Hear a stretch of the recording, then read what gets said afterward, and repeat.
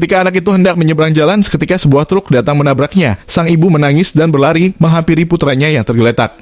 Ia lalu memeluknya erat sambil terus menangis. Namun yang membuat para warga semakin marah adalah sang sopir justru tidak berhenti dan kabur. Sang sopir sangat kesal dan menyalahkan semua kesalahan pada anak itu.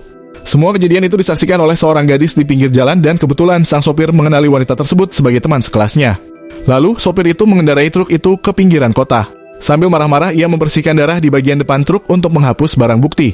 Keesokan harinya sang sopir bergegas ke rumah gadis itu. Ia mencoba memanfaatkan hubungan lama mereka sebagai teman sekolah untuk memohon agar gadis itu tidak melaporkannya. Namun gadis itu dengan berani berkata bahwa ia sudah menulis surat bukti kepada polisi.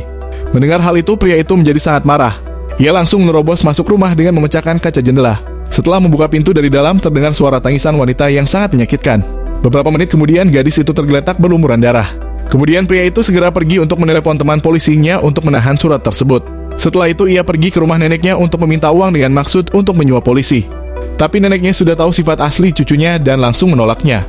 Merasa kesal, pria itu mencekik neneknya dan memaksanya untuk menyebutkan sandi berangkas. Karena merasa tidak berdaya, sang nenek tidak punya pilihan lain untuk memberitahu sandinya. Pria itu pun mengambil semua uang dan pergi dengan sombong.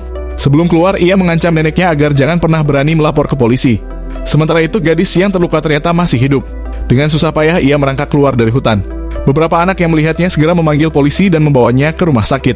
Di sana, gadis itu kembali melaporkan semua kejahatan sang sopir. Mendengar laporan itu, kepala polisi sadar betapa seriusnya kasus ini. Ia langsung mengirim detektif legendaris untuk menyelidikinya. Tapi saat itu sang sopir sudah lebih dulu memakai uang hasil rampasan untuk menyuap geng lokal agar melindunginya.